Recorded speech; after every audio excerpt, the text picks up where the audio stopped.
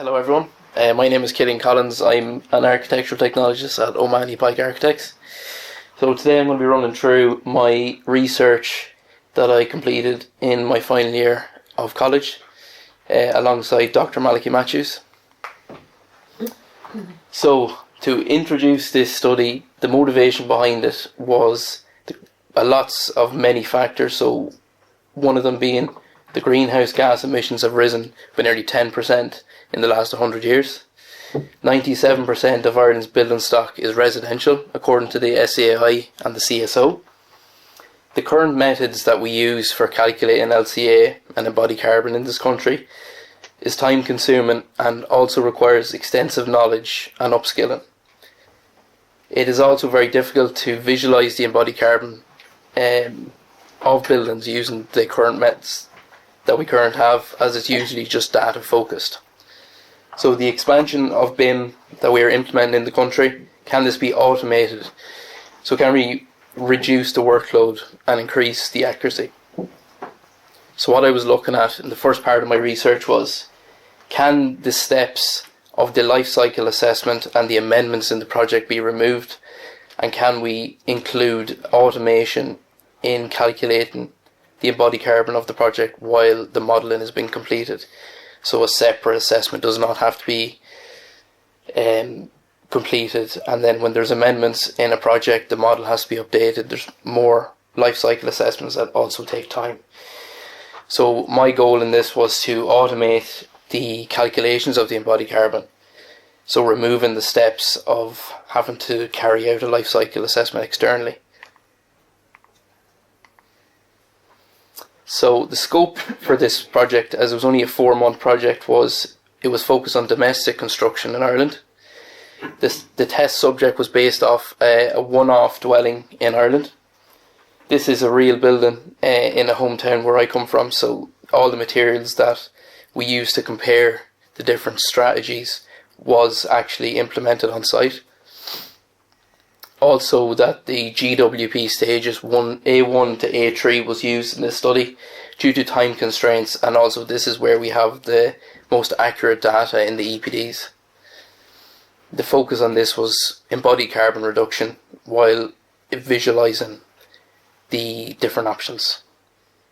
So first carried out some desktop research, identified the gap using existing methods, created a BIM workflow. Using the BIM workflow that I created, material comparison was carried out, and then I also brought it to field. So 5 built environment professionals tested out this workflow and gave me back some comments. So some existing research and methods that I did initially test out and see how they fared up and what was missing in these. So existing methods is you take your material EPD from EPD Ireland, that is inserted into an Excel dataset which includes your GWP stages, your density, material name that will also be used to create these materials in Revit. So once I added all them materials into a dataset, I made a shared parameter suite within Revit in a template.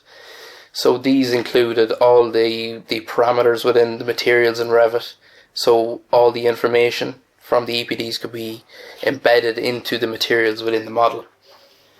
So then I took the Broombridge test project that we were working on as a project to test out this theory. So then I created some material schedules. These material schedules automatically populated all the materials, the volume, the density.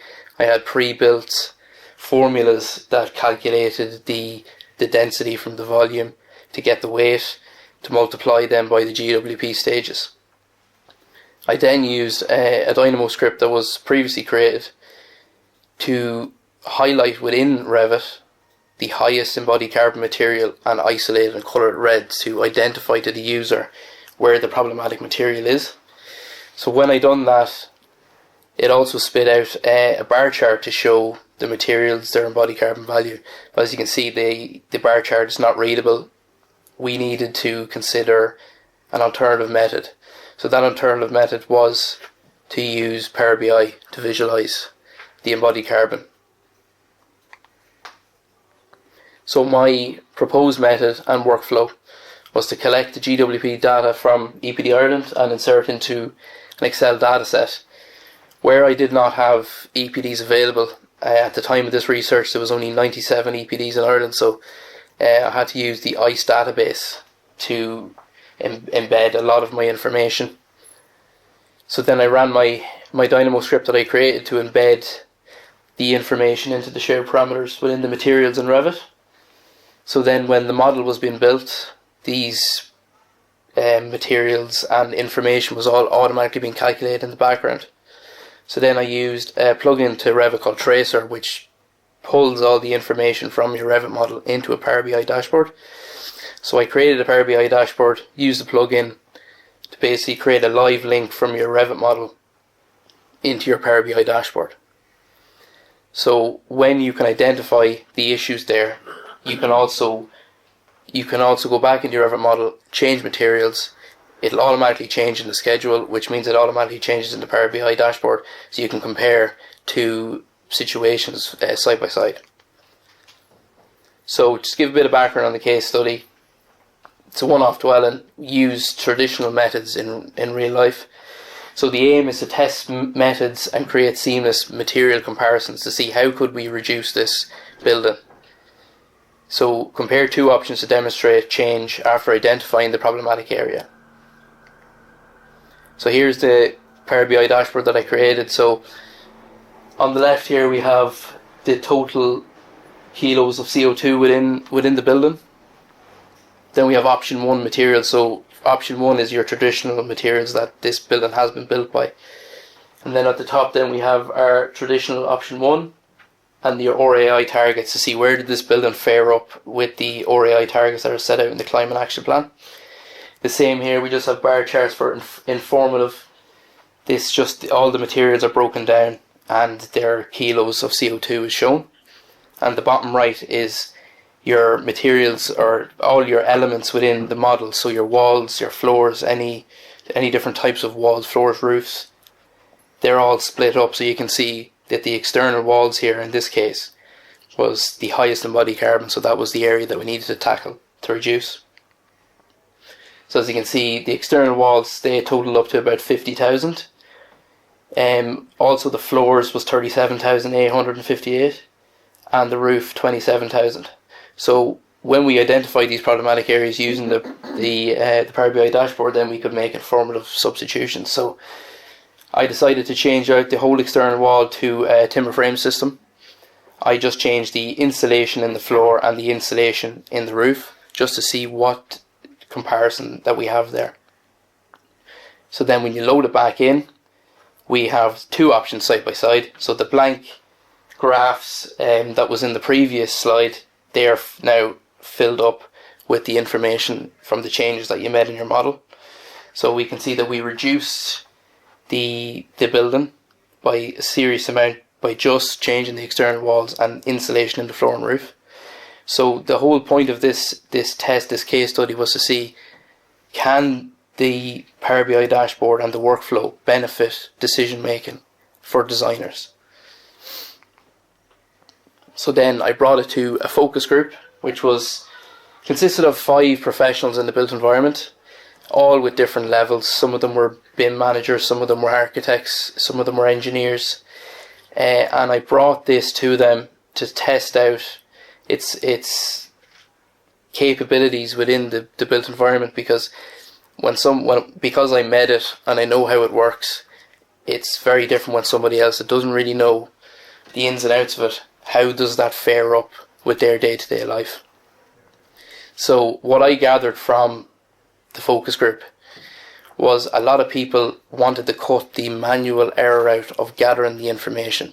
So it was still identified to me that if you're not upskilled and understand what the data means, if you have to gather it from the EPDs, that was where they were falling short a little bit and they were inputting wrong numbers and wrong data. But if some of them did have background in sustainability, so they understood the numbers, they understood the data, So when they had to input the information into the data set, it was absolutely fine, and they got great benefit out of it.